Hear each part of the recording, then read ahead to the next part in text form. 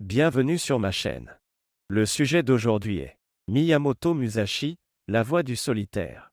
À l'âge de 15 ans, Miyamoto Musashi est parti pour le Mushashuji, ce qui signifie pèlerinage guerrier. Durant cette période de sa vie, il a voyagé à travers le pays pour perfectionner ses compétences de manière autonome et s'est engagé dans une série de duels.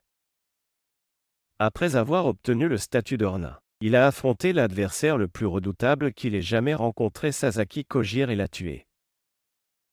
Après cet événement, il a renoncé au duel mortel. Il finit par se retirer dans une grotte où il consigna ses connaissances et sa sagesse pour les générations futures. Les écrits de Musashi développent la voie du guerrier, c'est-à-dire la voie des samouraïs faite de discipline, de concentration, de retenue et d'honneur. La voie du guerrier est régie par des codes moraux et éthiques communément appelés Bushido. Peu avant sa mort, Musashi a compilé 21 principes sur la manière dont un guerrier devrait vivre. Ces principes intemporels connus sous le nom de dogmes peuvent nous inspirer aujourd'hui pour bien vivre. Cette série en 3 parties développe les 21 principes du dogme de Musashi. La première et la deuxième partie ont exploré les 14 premiers principes.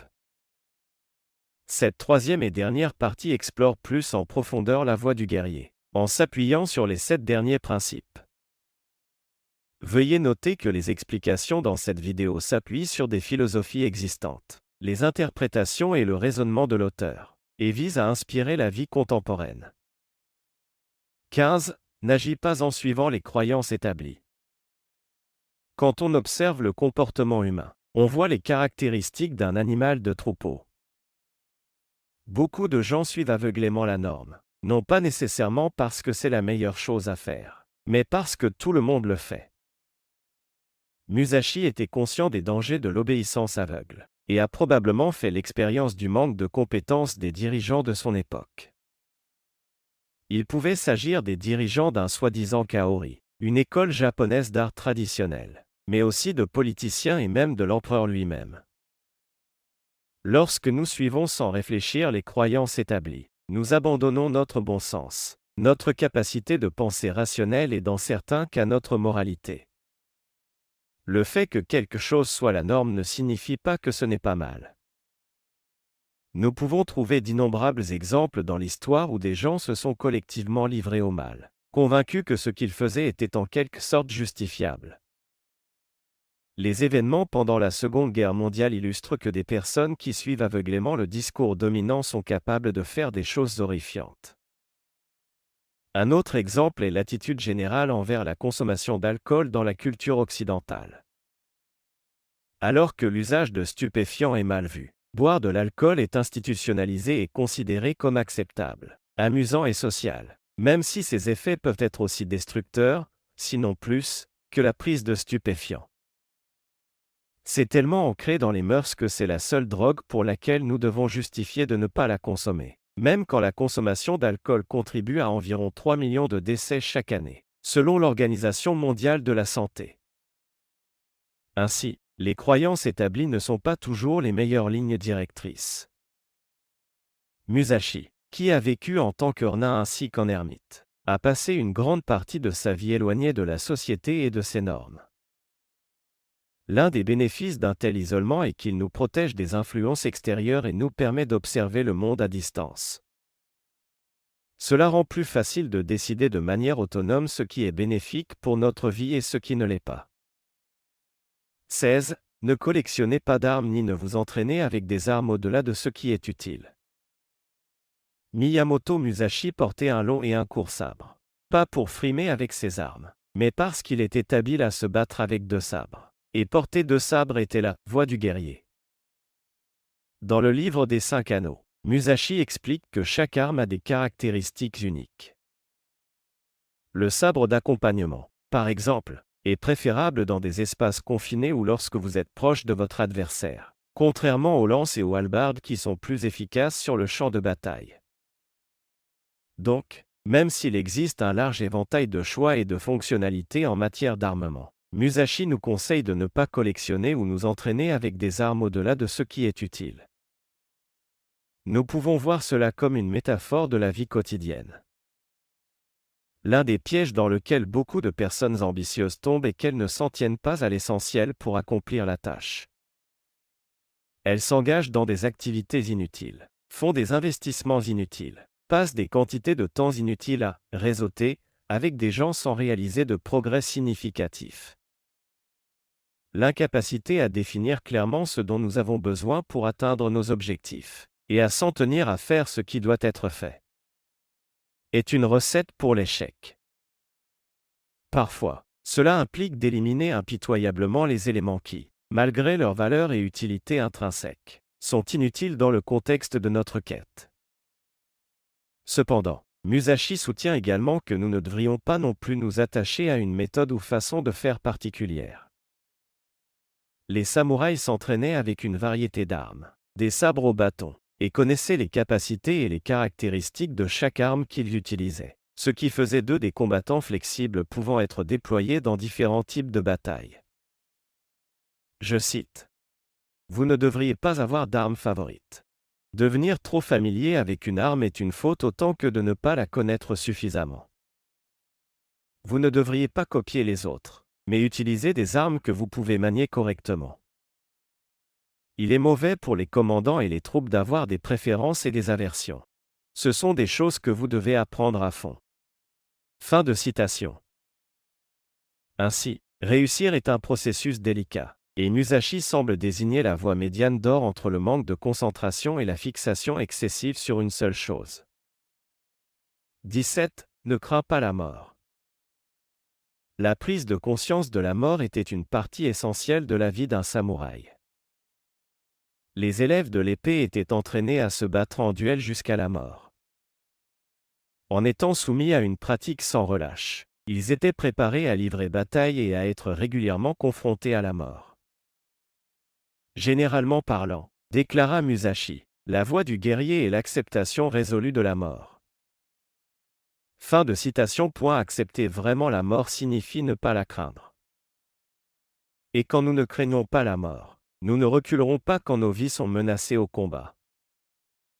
Ainsi, sur le champ de bataille ou dans un duel, l'acceptation de la mort est source de puissance. Mais qu'en est-il de la vie quotidienne ?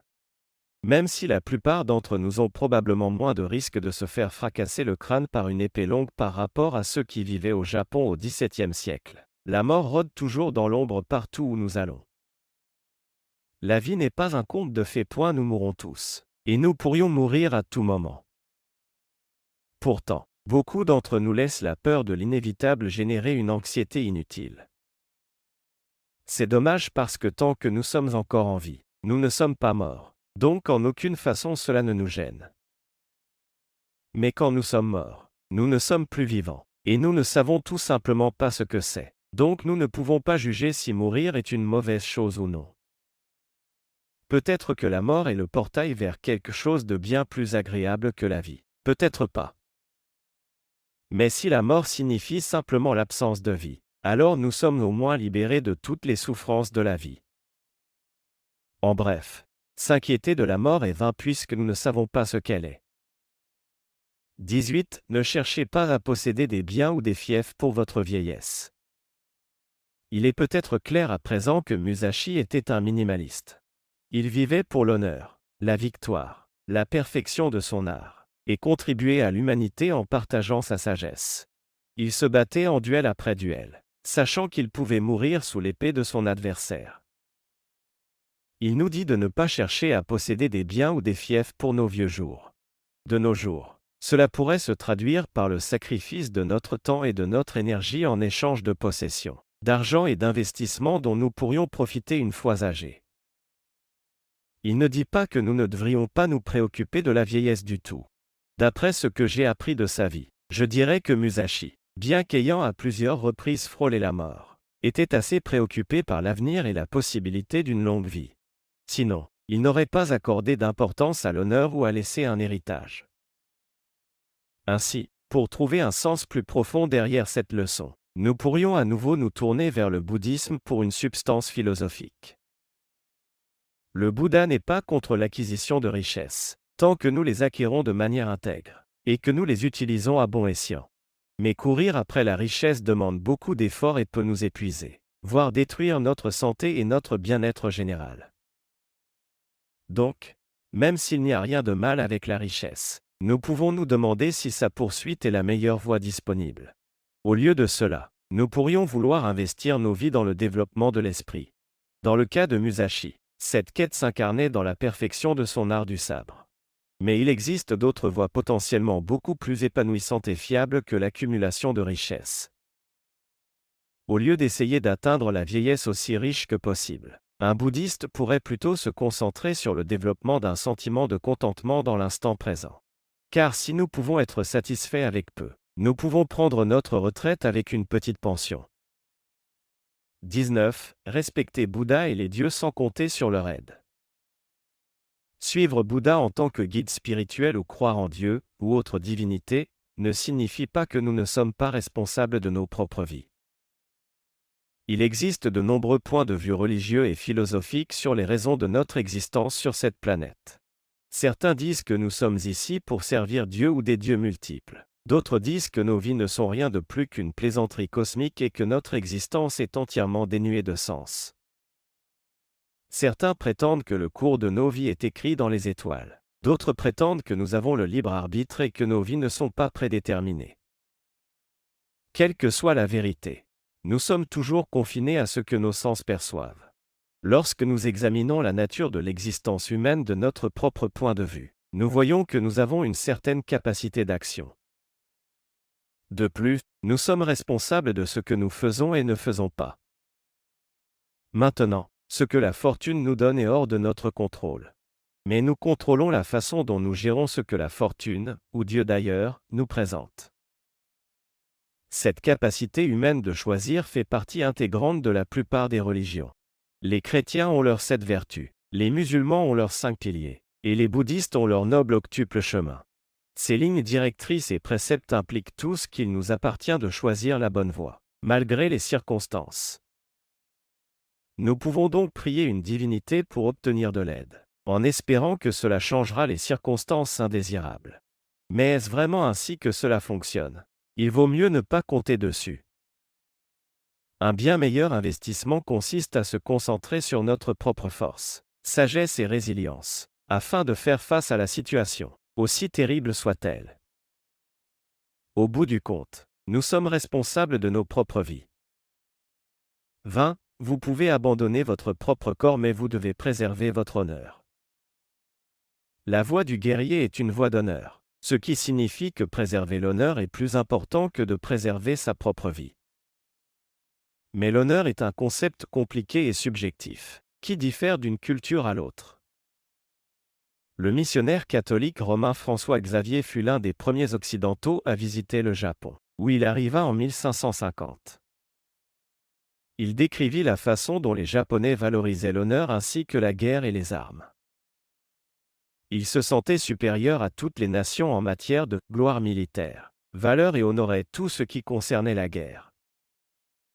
Des récits plus récents nous parlent de l'esprit du Bushido des soldats japonais qui se battirent pendant la Seconde Guerre mondiale, pour qui mourir pour l'empereur était le plus grand honneur.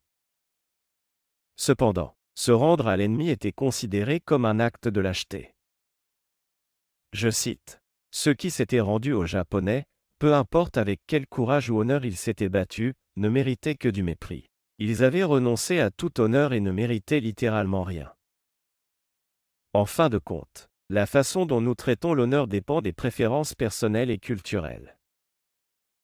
Si nous pensons que l'honneur est plus important que la vie, alors il vaut la peine d'y mourir.